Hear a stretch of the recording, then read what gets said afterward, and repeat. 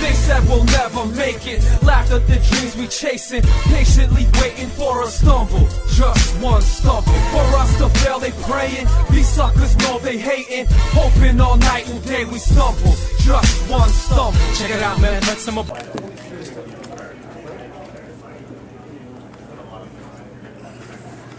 Foremost, Mirko, how are you feeling?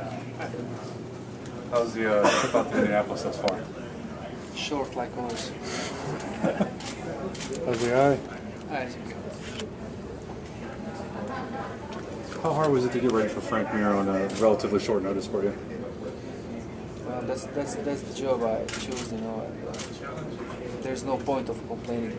It was a short period, but I did the best I could. Does his trash talking get under your skin at all? Who's trash talking? Frank Mir's. I don't pay attention.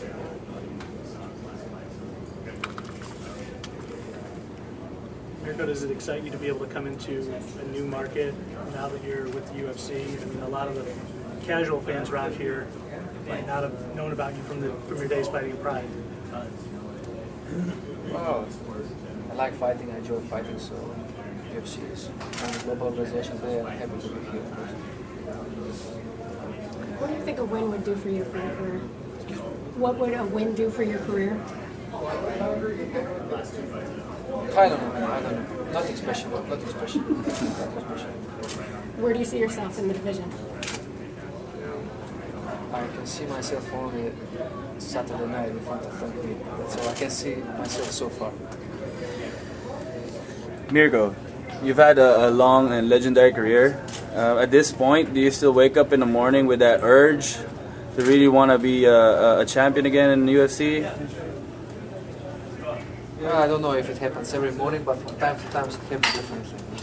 It's hard, you know, when you turn 37 and I just counted. This Frank Mir fight will be my 7th professional fight. 37th fight in MMA, and I had 33 K1 fights. I have 70 professional fights behind, you know, and 37. You think it will be different than when you are in the age of 25. But I will fight. Have you even started thinking about what you're going to do after your MMA career? I don't know. I didn't think too much about it. You know, what happened, it will happen. You know, I was lucky, so I managed to assure myself and my family in a financial way, and so I don't have to be concerned about what I'm going to do. I don't have to do anything. Okay. But of course, I would like to stay in the sport, and most probably I will start seminars all around the world, and I will definitely stick with the MMA. That's my love. That's my job. That's my destiny. You spoke very honestly the other day about, you know, this every fight can be your last fight. How does that mentality either help you or hurt you going into a fight, or does it? Well, I'm just honest, you know. That's the fact in this sport. Especially, you know, I had 6 surgeries during my career. You know, I had 4 surgery for my knee, and I don't think that I will survive another knee surgery. I mean, not survive, you know, in a sports way. I don't think I will find the strength to go for a surgery and a rehabilitation 6, 7, 8 months, and then return to fighting. You know, I don't want to go through that anymore. So any fight could be the last one. It doesn't have to happen in the fight. Fight is nothing when you compare it to the trainings. You know, you have 2, 3, 4 sparring partners changing on you every 2 minutes. You know, so injuries. If some serious injury come, definitely splitting for future fighting, definitely. And I don't know when it can happen. And you said that, you know, you had a couple knee surgeries when you fought in the UFC, and maybe you took fights you shouldn't have fought. Does that play into that when you talk about coming back from those surgeries as well? I didn't get the point. As far as, you know, because you talked about you went through that before, you came back from those surgeries, and you said maybe you even came back a little early. Is that one of the reasons why you just don't want to have to deal with another serious injury like that? That's part of the job, you know.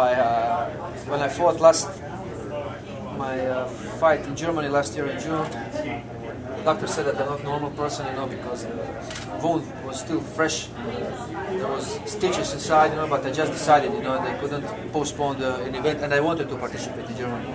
So it was a big risk for me, you know. I wasn't able to think, even the next fight, I took in September with junior, I wasn't able to kick. And I managed to cure the knee, but that knee will never be the same one. You have 4 surgeries in one knee. It's never the same. When I take a seat, you know, for longer than an hour, you know, it's sometimes it causes problem for me to walk right away. When if I had to start walking right after I stand up, it causes trouble. But that's my job, and I choose it, and it's nobody's fault. That's life. That's it. You know. But I'm telling you, it is hard. You know, it's hard training. This is hard sport, most brutal sport. So that's it. It's been over 3 years, I believe, since the Gonzaga fight, which obviously had a dramatic finish. Do you still think about that, or is that just ancient history? No, it's just don't take it personally. No. Fight just like any other. So that it just didn't feel like a more brutal finish than any other. It's just the sport. It's a sport. Sometimes it doesn't look like, but it is sport. And you've done it better, so. I don't know if people ask this, how's the eye? I look okay. You want me to shoot one of yours? Maybe you got it with feedback. What is this? Right.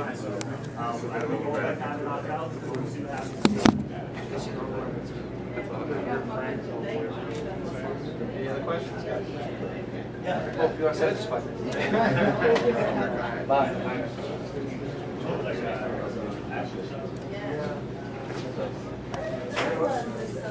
You have Facebook, right? Yeah. Yeah, it's under John K. J-O-N-K-I-N.